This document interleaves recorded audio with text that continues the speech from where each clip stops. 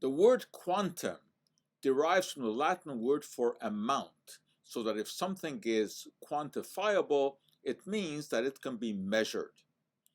Although I think I have a pretty good grasp of chemistry, I'll admit that my knowledge of quantum chemistry is quantifiably very small. But it is enough to allow me to appreciate the magnitude of this year's Nobel Prize in Chemistry, awarded to Doctors Moungi Bawendi of MIT, Louis Brus of Columbia University, and Alexei Ekimov of Nanocrystals Technology Incorporated in New York. They received the prize for their discovery and development of quantum dots. Ah, there is that troublesome word, quantum. A quantum is usually defined as the smallest discrete unit of something that can be measured. For example, a quantum of electricity is the electron. A quantum of light is the photon. However, in chemistry, the term is used to describe particles that are so small that their properties are very different from that exhibited on a larger scale. On the quantum scale, we're talking about particles measured in nanometers, that is, billionths of a meter.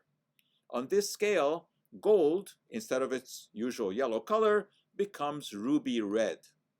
Quantum dots can be thought of as being tiny flecks of a substance that behave differently from larger pieces of the same substance.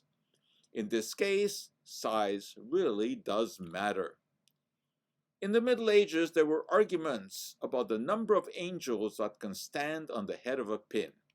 Well, we will leave that argument aside, but we can quantify the quantum dots that would cover the head of a pin, about 500,000.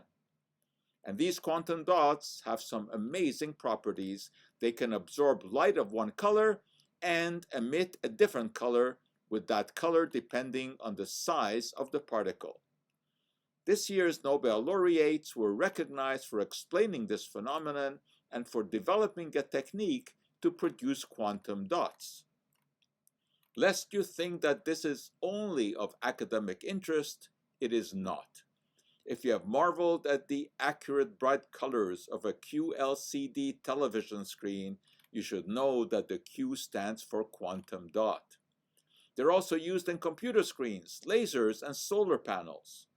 Quantum computing uses silicon quantum dots that have superior electronic properties to their larger counterparts and perform calculations at fantastic speeds. Quantum dots can also cross the blood-brain barrier and deliver drugs to the brain.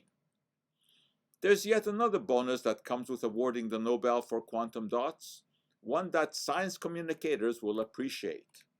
The public will see the word quantum used in its proper sense and hopefully bring to light its frequent misuse.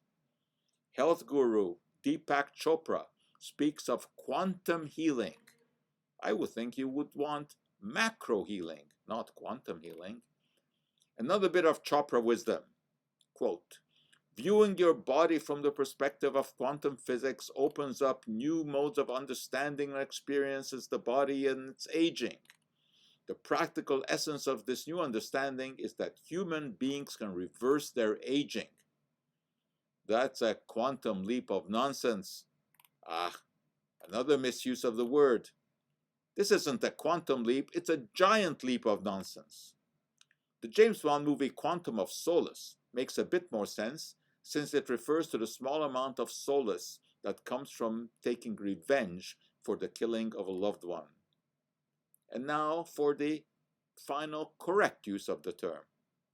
The work of this year's Chemistry Nobel Prize winners for the development of quantum dots will have far more than a quantum impact. And that for today is our Cup of Joe.